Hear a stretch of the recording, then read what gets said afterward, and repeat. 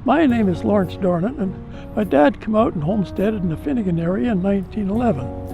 And the ranch is still there with my son on it. These come out about 1950, and you had to swath for these. And that's the swather they used, that type of swather for this. And they had a belt or a canvas on there that elevated up there, went through the cylinder and went down in through the thrashing mechanism, and that was a little hopper that weighed that hold about 15 bushels. And they worked pretty good, but terribly slow. They did have the ones with the cutting bar on here. It's only 6 feet wide, and of course to go around a field doing 6 feet at a time, you're out there all day for just a few acres.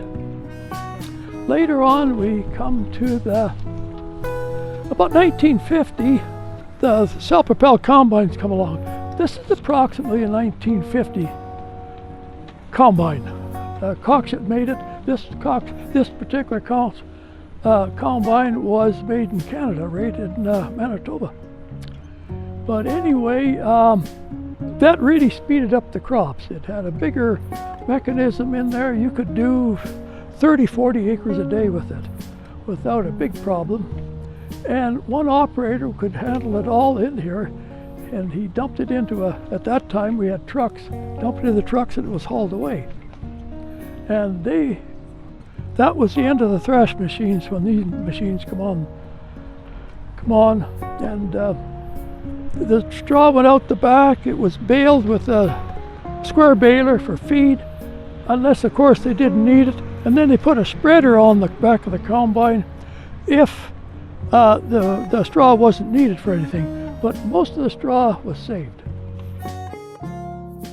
This is a New Holland baler. Now, New Holland made a lot of farm equipment, smaller farm equipment, and they made a lot of balers. They made other smaller machinery too, of course, but this was the start of the balers that went out in the field and picked the hay up and or anything, crop, and baled it and put it into square bales about 3 feet long, probably 16 inches square.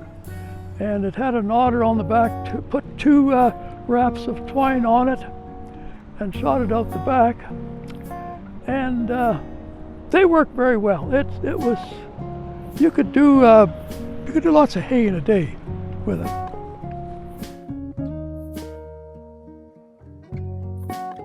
Well, for one thing, they get up awful early in the morning and they started cooking breakfast. And, they did a great job. They cooked all day. They prepared the noon meal. They prepared coffee in the afternoons at 3 o'clock.